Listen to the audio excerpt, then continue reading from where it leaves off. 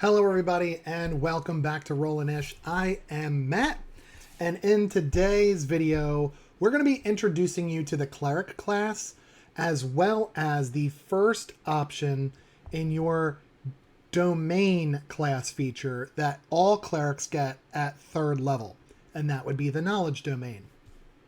More on that to come. But what is a cleric? So a cleric, think of it in the context of like the combat medic, or the healer, right? Or the holy person.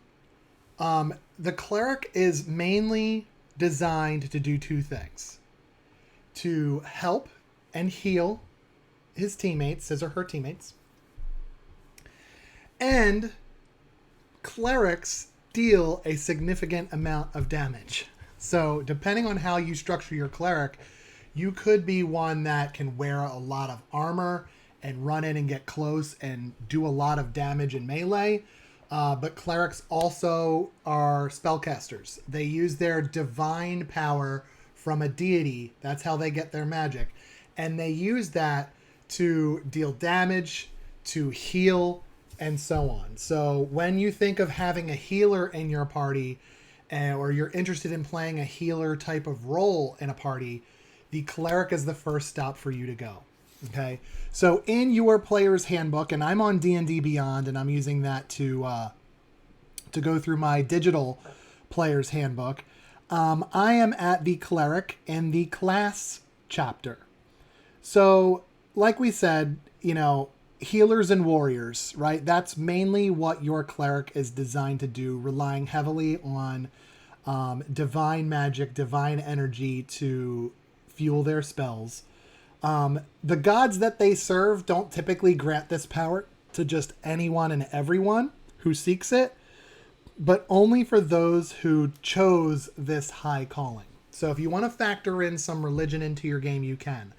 What I find interesting, and I think is just chef's kiss, is if you're paying attention to something like Critical Role, in Campaign 3, Sam Riegel's character, Fresh Cut Grass, aka FCG, plays a cleric that is not aligned to a deity and is working like the therapist angle, which, for those of you who play D&D, I mean, we all probably need therapy or are in therapy. So having that role was a very unique take on cleric, and it works very well. So hats off to Sam Riegel for that. But essentially, they are those divine agents that are going to work through their deity to do their deity's will. I've known people to play clerics like walking into a town. Hey, I'm going to go to the nearest temple. I'm going to pray. And I'm going to ask whoever leads that temple if there's anything I can do to be of service. Maybe I'll walk around to the townsfolk and see if anybody needs healing. That's the way he role-played his cleric. And I thought that was inspirational, for one. And two, I thought it was a great way to play.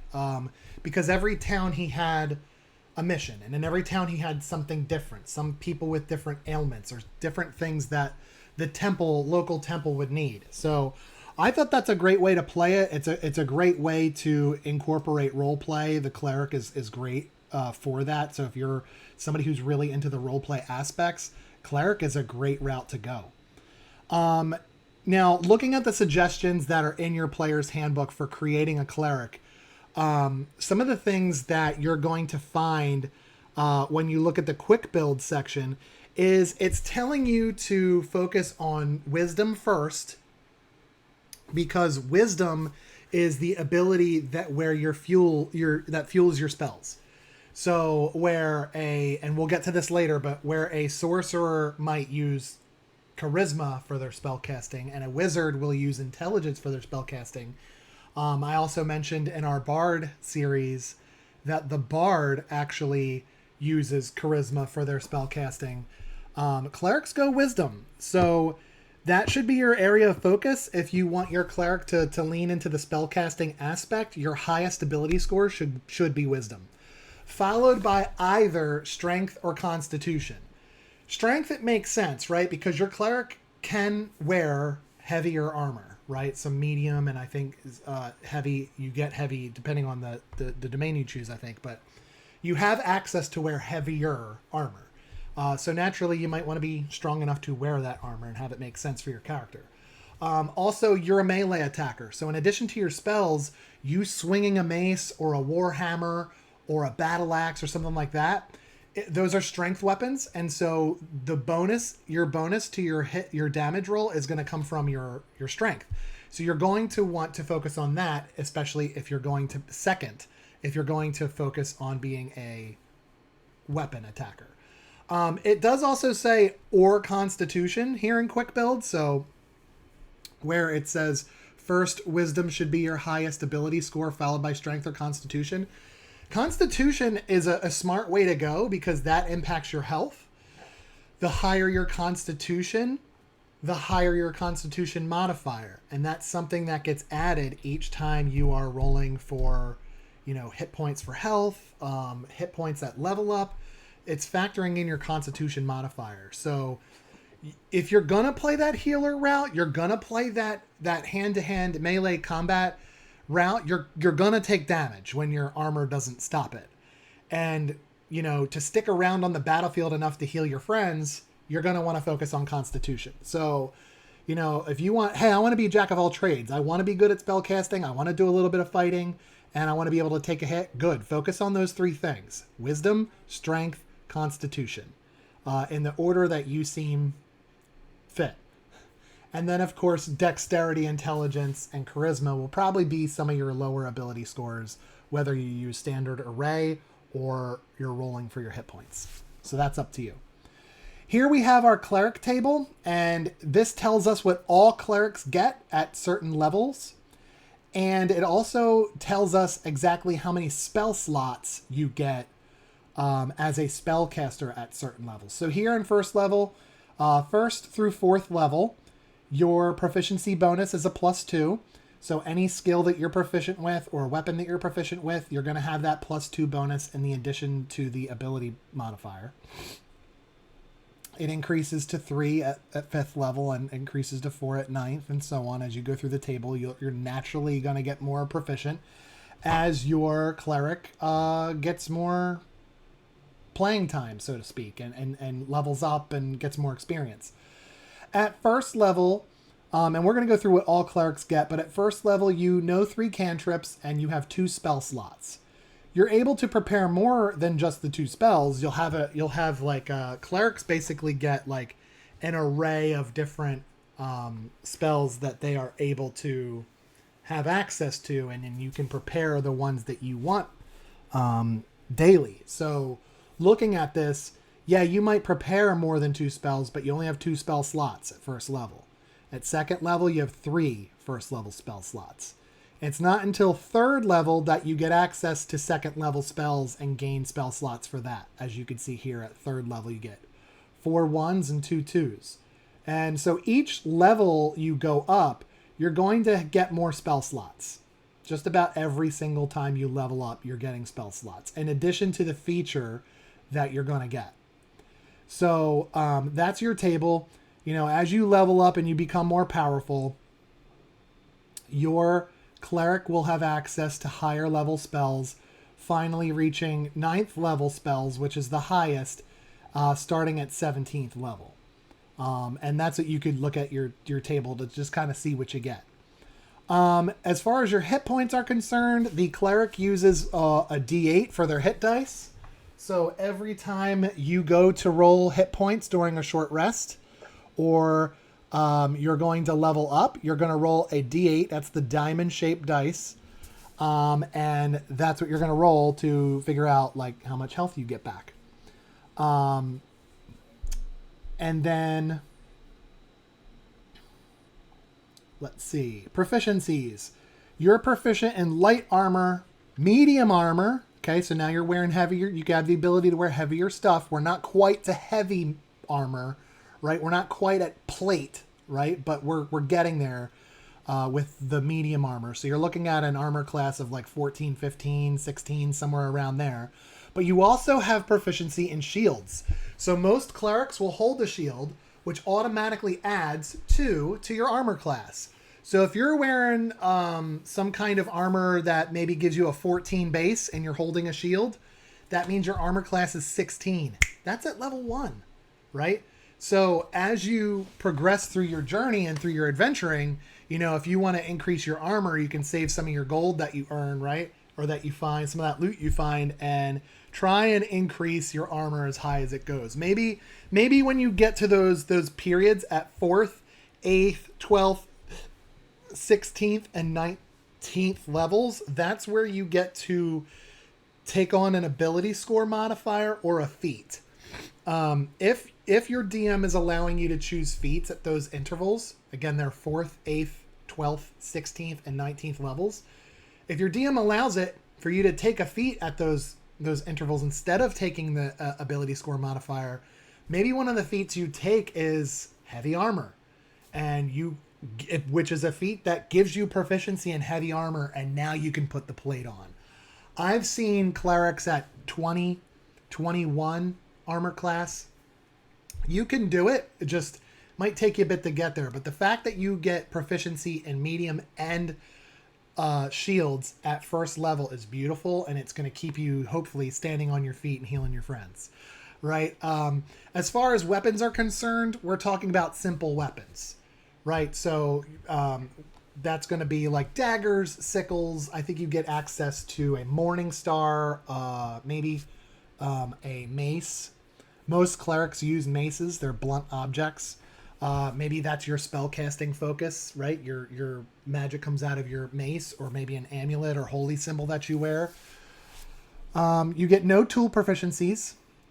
Saving throws are going to be wisdom and charisma, which is interesting, right? Because Quick Build was saying focus on wisdom and then strength or con, right? To build your stats.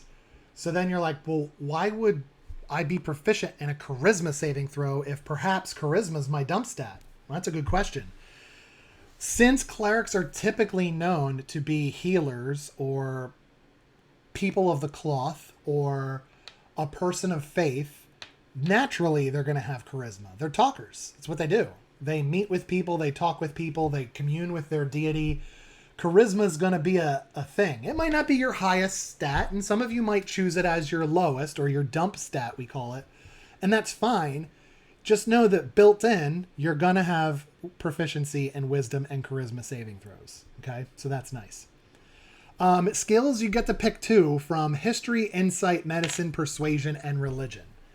Naturally, the go-to, in my opinion, would likely be religion and medicine, especially if you're playing a cleric that's a holy person and you're going to lead into the healer part. Why wouldn't you take proficiency in medicine and religion? Unless you're my brother Rick, who played a cleric once before, and he's going to laugh as soon as he sees this video, who played the worst possible cleric, was not proficient in medicine or religion, was not a religious cleric, in fact, was a feral animal that just happened to take the cloth. And it was a thing of beauty. Anyhow, you do what you want is my point, but you get those options for your skills. As far as equipment, you could start out with a mace or warhammer. As far as armor is concerned, scale mail, leather armor, or chainmail if proficient. Light crossbow with 20 bolts, or an additional simple weapon.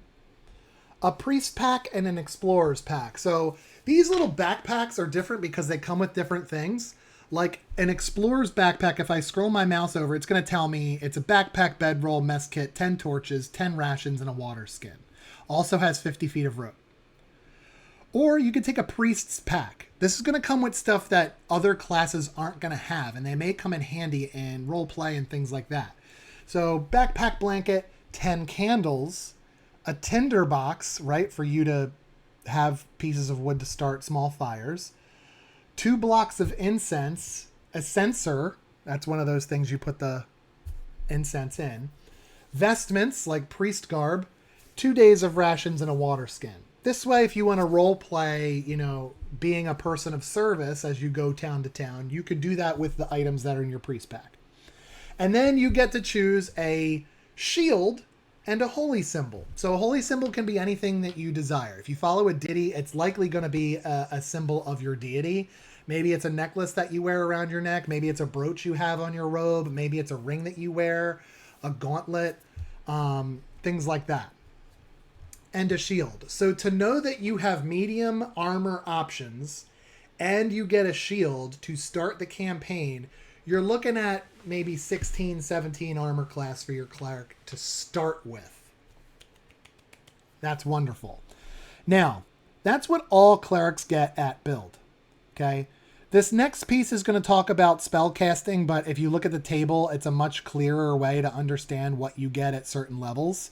Like how many cantrips are you going to have prepared? How many spell slots in each level do you have?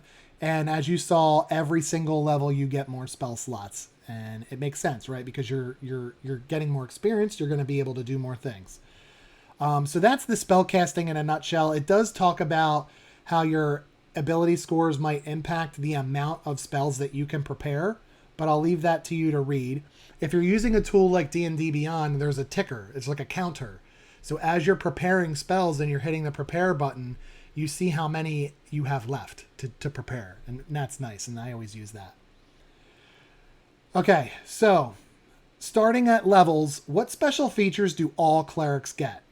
So that's kind of where this starts. Spellcasting starts at level 1. Divine Domain is a domain related to your deity. So kind of like if you've watched our videos on the Barbarian, you had Barbarian primal paths you could choose. And each path had additional special features that you get as you level. That's similar to what is going on. Or like if you watch the Bard videos, we talked about the colleges of lore and valor. Once you choose those, that's your subclass. You get additional stuff as you level in addition to the things that all clerics get. Those domains are known as knowledge, life, light, nature, tempest, trickery, and war. So what we're going to do is by the end of this video, you're going to have knowledge on what all clerics get, and we're going to also dive into the knowledge domain. The next video we'll tackle the life and light domains. And then next week we'll do nature and the tempest domains, and then the trickery and the war domains together. So you can get a real feel for like, what do I get with these subclasses that I have to choose? So at second level, you get something, all bards get something called Channel Divinity. And this is going to be divine energy directly from your deity. That's why it's called, I'm going to channel my god and do this thing. Now, Channel Divinity is a special feature that is consumable, meaning you might start out with like 2 Channel Divinities. And as you grow and level, you get another slot, so to speak. So you have spell slots and you track those separately. You have Channel Divinity slots and you track those separately because those are different actions you can take, and spells are spells. That's why we separate them. Okay. So Channel Divinity, you get starting at second level. That's when it's introduced. And as you level up, you get more Channel Divinity options. So at some point you might have 4 Channel Divinity slots to use, but maybe 3 to 4 different things to choose from, right? So you have options of how you want to spend those slots. The first one you get is called Turn Undead. As an action, you present your holy symbol, right? Like back in the day, like old 80s horror movies, you would always see like the priest holding up the cross, right, at something to get, the vampire to back away or whatever. That's kind of what this is. You present your holy symbol so the undead can see it. So if it's a ring, you're holding it out. If it's an amulet, you're holding it out. If it's a brooch, you're making sure it's visible. And you speak a quick prayer that censures the undead. Basically what that means is any undead that can see or hear you within 30 feet of you, they must make a wisdom saving throw. And if they fail it, they're turned for a minute. And that basically means a turned creature is going to move as far away from you as they can, almost like they're in a frightened state, right? It mirrors the frightened condition. They're going to move as far away from you as possible. They can't move willingly closer to you in any way. So it's either where they are or they're going to back away. They're going to try and stay like 30 feet from you at all times. And they also can't take reactions, which is cool because if they're turned and they're moving and they stand next to a teammate of yours and that teammate goes to move, that undead's not getting an opportunity attack because it can't take reactions because it's turned. Now, this feature, Turn Undead, grows later in levels, and I'll explain that when we get there. But that's your first option, and that all happens at second level. So you'll have Channel Divinity, and you'll have Turn Undead as your first option. Now, when you choose your subclass may provide you additional Channel Divinity options, okay? Next, you have the ability score improvement. Again, we're talking about what all clerics get right now. I mentioned this earlier at 4th, 8th, 12th, 16th, and 19th level, you get the ability score improvement. That means you can take one of your ability scores like Strength, Dex, Constitution, Intelligence, Wisdom, Charisma. You're going to take one of them and increase 2 of them by 1 point, or maybe you take one of them and increase it by 2 points. Remember that every time your score for your ability, not the modifier, not the plus, the actual score, anytime that turns from an odd number to an even number, your modifier increases. So at 10, it's a 0. At 12, it's a +1. At 14, it's a +2. At 16, a +3. At 18, a +4. And at 20, it's a +5, and that's the max. So you might want to look at that and say, all right, I got an ability score improvement. Where can I spend that? Maybe I can bump 2 of my stats up at once by increasing 1 here and 1 here. And it happened to turn them both from odd to even numbers. And I got 2 of these increases going, right? Maybe you take your wisdom or your strength and you want to beef that up to make your cleric as strong as possible. You could do that. Or you forgo the ability score improvement and you choose a feat instead, like heavy armor, which will allow you to wear heavy armor, right? Or great weapon master, like being able to use martial weapons. Those are some feats that you can choose. At 5th level, you get Destroy Undead. Now, this ties into your Turn Undead Channel Divinity. So at 5th level, anytime an undead fails their saving throw for your Turn Undead, if their challenge rating, if that undead monster's challenge rating is 1/2 or less, they just vaporize. They get destroyed. They don't have to run away. They're done for, right? So that's what that does. And this table tells you, hey, at 8th level, you could destroy undead with a challenge rating of 1 or lower. At 11th level, you can destroy undead with a challenge rating of 2 or lower. At 14th level, it's a challenge rating of 3 or lower. At 17th level, it's a challenge rating of 4 or lower. So your DM is going to know the challenge rating. So when you say, hey, I'm 5th level, I'm going to use a Channel Divinity to destroy undead, these zombies, let's say, these undead in 30 feet of me, there's 3 of them, they all need to make wisdom saving throws. And DM, if their challenge rating is a 1/2 or lower, they get destroyed. Always tell your DM that. DMs, we're good at what we do. There's a lot for us to remember. A lot. You're talking what all the classes get, what all the subclasses get. We can't possibly remember it all, right? Even the best of them have to look stuff up sometimes. But it's on your sheet, so you should say it. Hey, as a reminder, DM, Matt, I'm 5th level, so this is Destroy Undead. If they fail this saving throw for Turn Undead, they get destroyed. I'm going to be like, awesome, thank you for that. And I'm going to start rolling to see if my undead are turned or destroyed, or if they can stick around the combat a little bit longer. But that's what that does. That's a really cool feature to tie in, and it makes sense that you get it at 5th level, right? Because lower level cleric, they're going to run away from you and they're going to be afraid. As you get stronger, you're just going to vaporize them just by showing your holy symbol. That's kind of how you role play it. I show them my holy symbol, they see this bright light shine, and they vaporize because they failed their saving throw, right? That's a really cool way and a non-combative way to destroy undead creatures. At 10th level, you're going to get Divine Intervention. This is you calling on your deity to intervene on your behalf when your need is great. Here's how it works. When you want to use this feature, starting at 10th level, you're going to describe your help to your DM. Hey, I want to use my divine intervention to, I'm tapped out of spell slots, but I got a person in my party down and I want to revive them, but I'm out of spell slots, so I can't use like Revivify to bring them back to life if they died. So I want to use my divine intervention and see if my god will do it for me. Great. That's a great way to describe it to your DM. And then your DM's going to tell you to roll percentage die. Now, percentage die, in my opinion, is two things.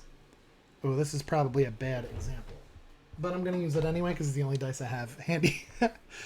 They both look like D10s, okay?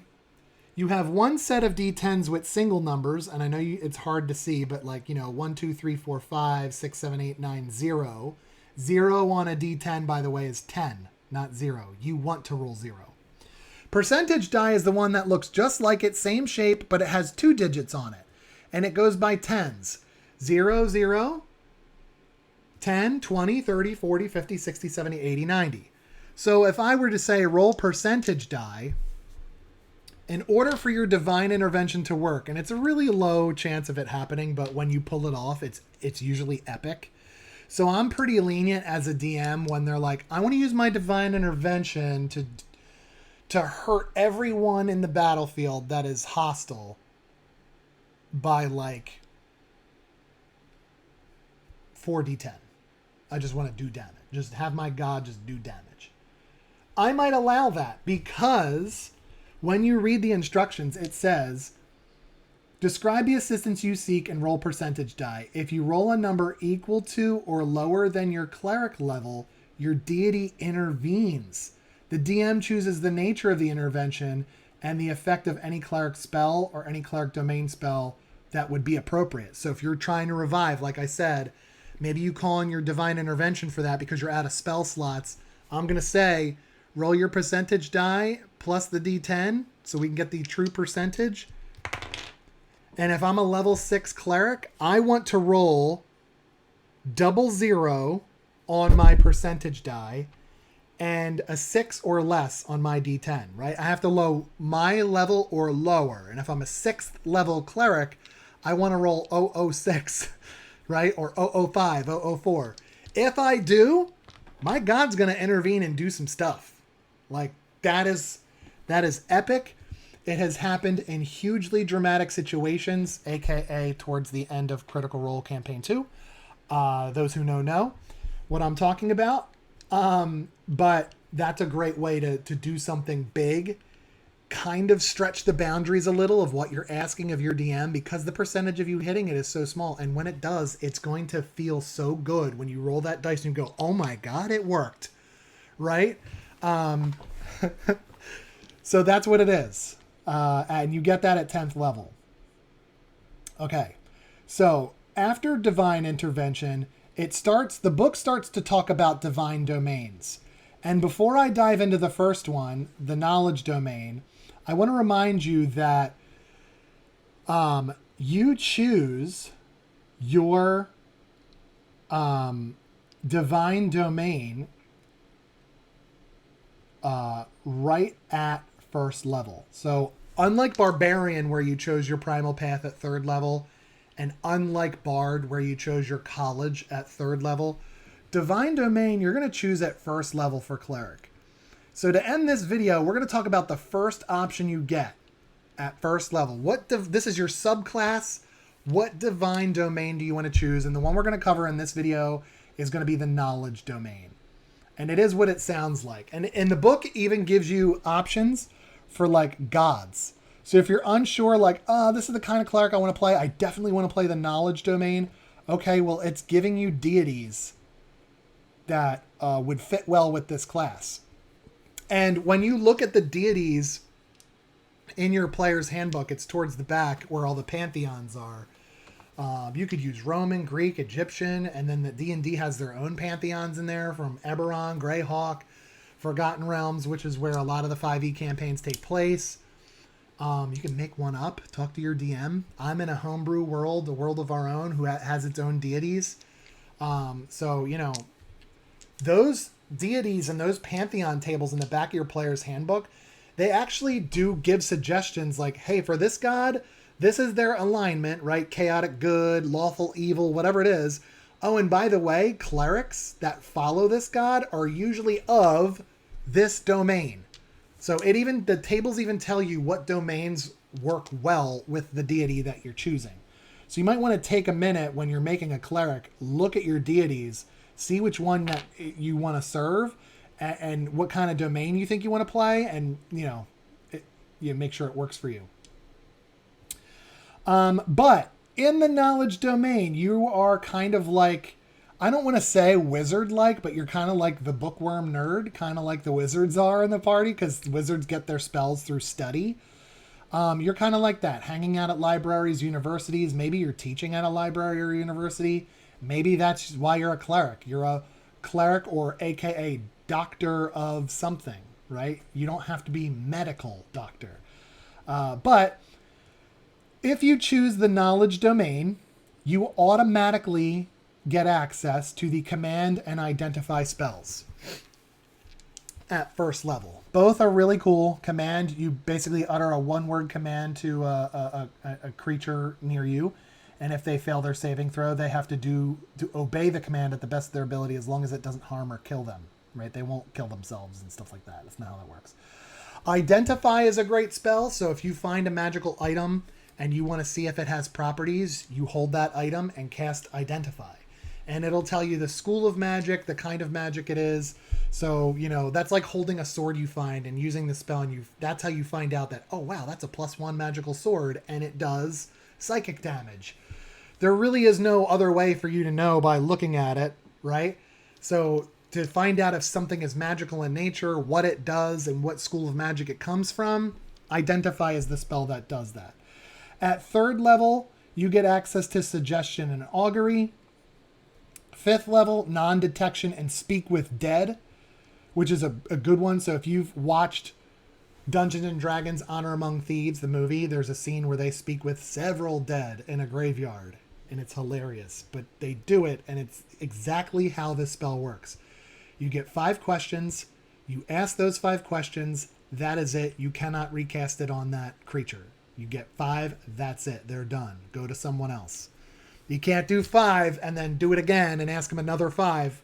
You get what you get. So be very careful how you ask those questions, because as a DM, and we're role-playing Speak with Dead, if you ask another party member a question and my dead heard it, my dead will answer it, and that is a question. So, you got to be like, everybody shut up, and handle it. At 7th level, you get Arcane Eye, which allows you to spy through some things. Send an eyeball ahead of you that can see. Confusion. You can confuse your enemies. They might wander around on their turn. Maybe even attack randomly and hurt themselves, hurt their teammates.